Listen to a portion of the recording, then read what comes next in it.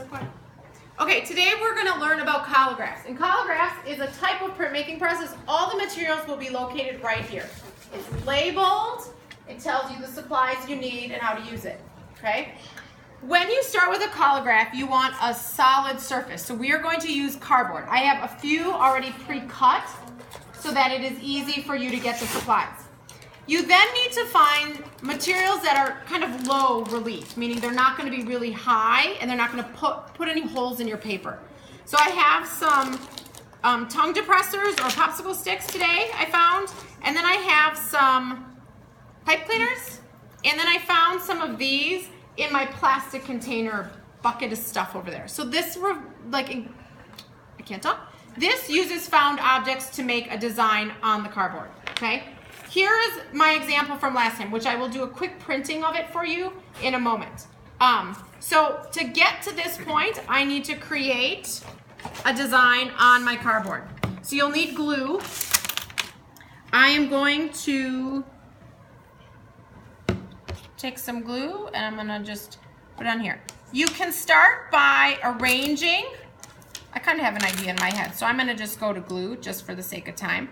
You can arrange it, decide if that's really how you want to do it, or if you need to maybe check with a friend, see what their thoughts are on it, if it's the best idea you have or not. They might help you brainstorm some other things.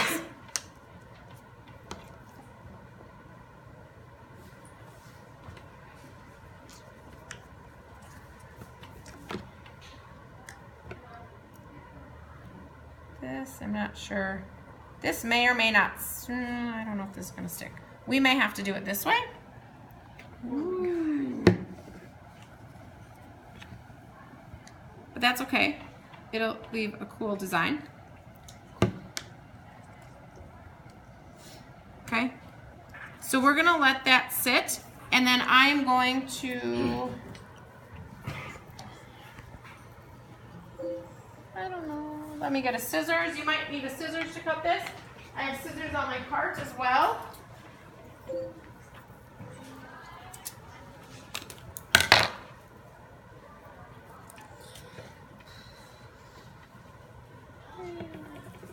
This one. This is going to require a time, like a little bit of time to dry.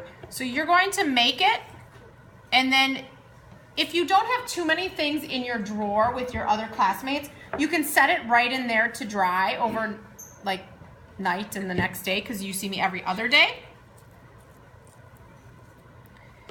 Otherwise, if you think it will stay on the drying rack, we can stick it on the drying rack, okay? So I am going to, whoops, leave that here, and I'm gonna let it dry. I can put my name right on the front of it. That would be a good idea if you do put it on the drying rack, because there's going to be a bunch of kids doing stuff. So I'm going to start my initials on here. Okay, so that is how we begin. Once that is completely dry, there is a material called gel gloss medium varnish. And you will take this and you will paint this over the entire surface of your sort of block, we'll call it, your printing block. This will help this stay in place. It will also help this from falling off, okay? So this kind of seals everything in, kind of helps it glue together, okay?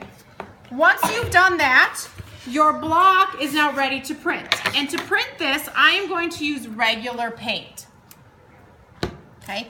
So I'm gonna go get myself, you can pause if you want.